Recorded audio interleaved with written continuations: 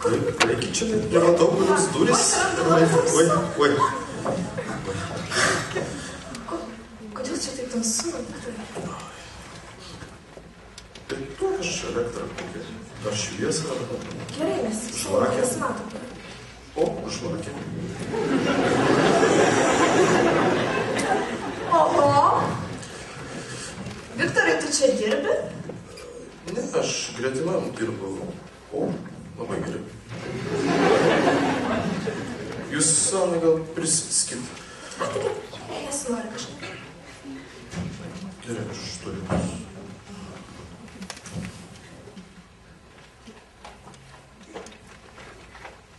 Kaip gražu. Žvakė žymiai geriau nei tos elektrinės lempos. Tau nieko neprimena, pasižiūrėk. Nes man tai primena kalėdas.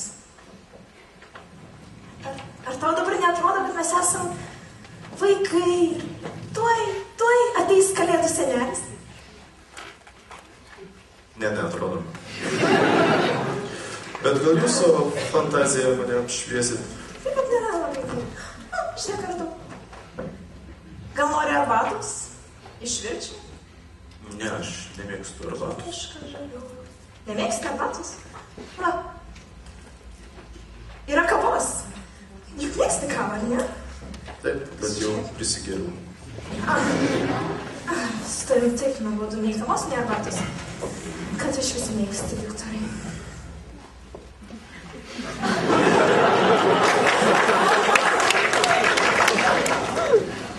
Na, aš mėgstu šokti. Tu? Šokti? Taip, aš šokti.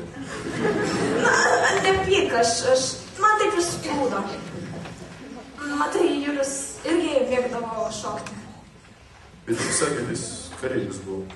Taip, bet prieš tapdamas kareiviu jis buvo menininkas. Visokių mandrybių prisigalvodavo.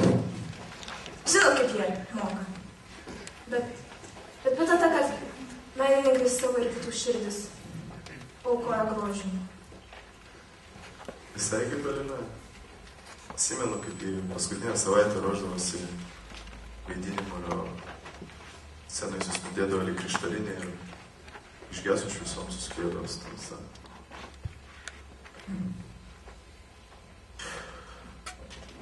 Ana, aš žinau apie jūs.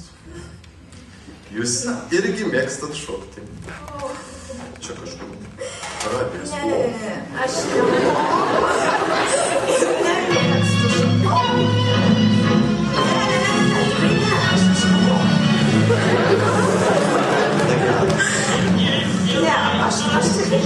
Ko jūs gėdinatės? Juk aplink nieko nėra. Aš jums parodysiu keletą žingsnelių. Duokit savo vėlės rankas. Štai. Pradėsim. Oi, palaukit. Faktas kokius. Gerai, faktas. Vienas. Du. Dabar į priekį. Gerai, priekį.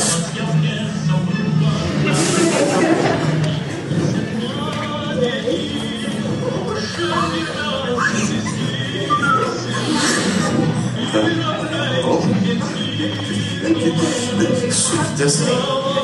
Kas dar? Antra ir dar kartą. Ne, gerai. Priekį. Atgal. Ir suktės. Suktės. Oi.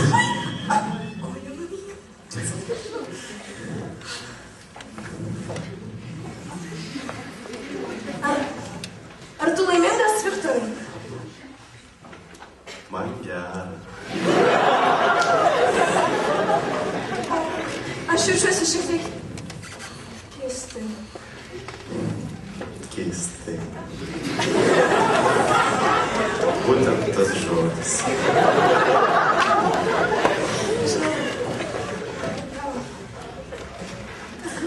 Oi. Pabradau.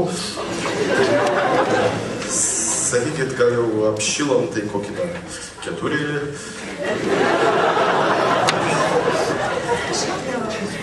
O tu žinai, kad tu man primeni?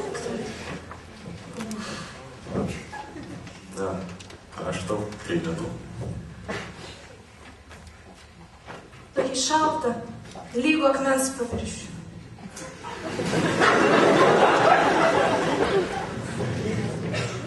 Kaip čia dabar suprasti? Aš toks kietas, šaltas, ar kas su manim negerai? Ne, visai ne taip supratai. Duok, aš tam parodysiu, duok šranką. Žiūrėk. O dabar man reikia bėgti. Jau vėlu darosi. Tai iki Viktorai.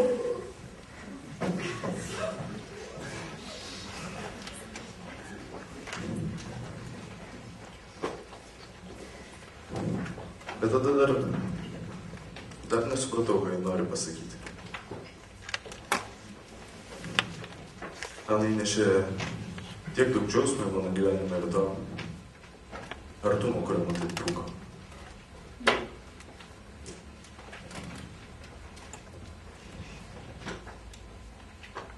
Vaikam dėja aš visai nebebuvau įdomus. Tiesa, dar kartais suskambinam su Giedrium, klausdavau, kaip sekasi, kas naujo, bet nedaug apie jį žinau. Žinau tik, kad sėkmingai baigė mokslus, iškart įsidarbino ir merginą susirado. Ai, tiesa, dabar kažkokią, sakė, naują turi. Mes su juo apie tai retai pasikalbėdavom. Su Dangė iš vis nešnekėjom. Aš jai stengiausi padėti gyventi savarankiškai ir išnuomoju jai butą šalia universiteto, bet atrodo, jį manęs vengia, nesupratau bus. Ir mokslai nesisekė, bet iš tiesų nežinau, kas jai sekėsi. Rodo, lyg savęs negalėjo atrasti. Matosi ir jų pačių santykiai, Giedriaus ir Dangės, nebuvo kaip brolio ir sesers.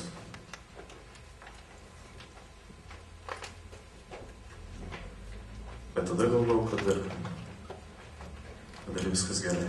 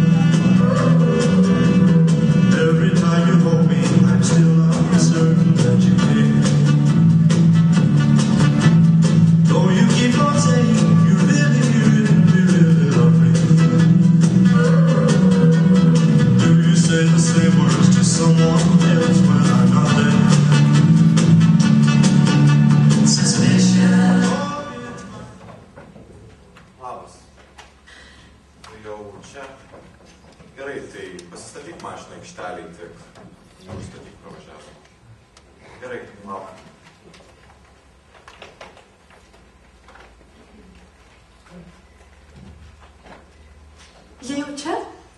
Taip. Pati atvažiavo.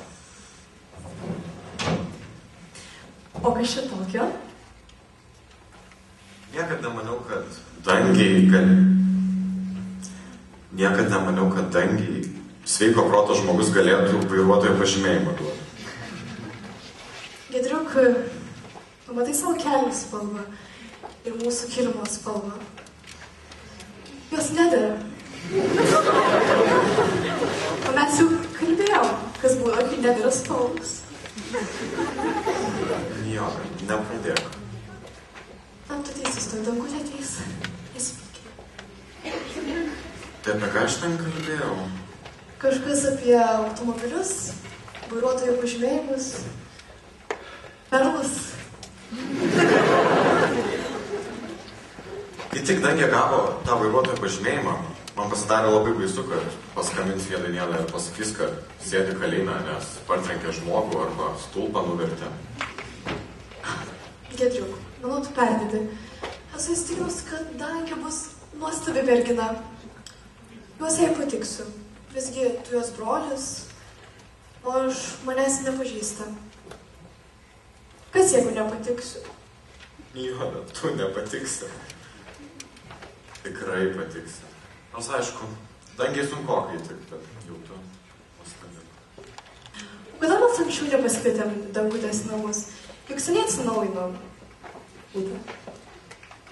Mūsų santykiai visada tokie labai įdomus, mes labai retai susitinkam ir tai tik per didžiausias šventes. Žinai, Giedriuk, manau, kad viskas, ko reikia, tai tik trupučiau noro ir pastangų. Jau beldžia.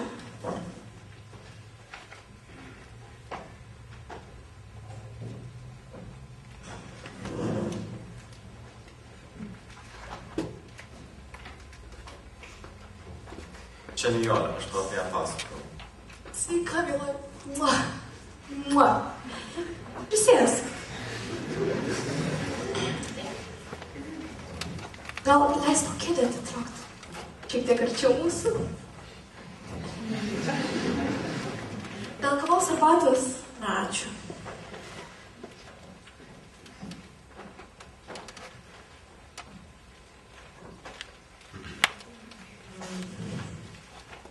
Man atrodo, jūsų automobilio aikšteliai, mašinos taip glaudžiai sustatytos ir man atrodo, netyčia vieną įbrėžiau. Žinau, būtent dėl to nevairuoju automobilio, nes šiais laikais vairuotojai, jie neturi jokios pagarbos nei žmogui, nei tu labiau moteriai.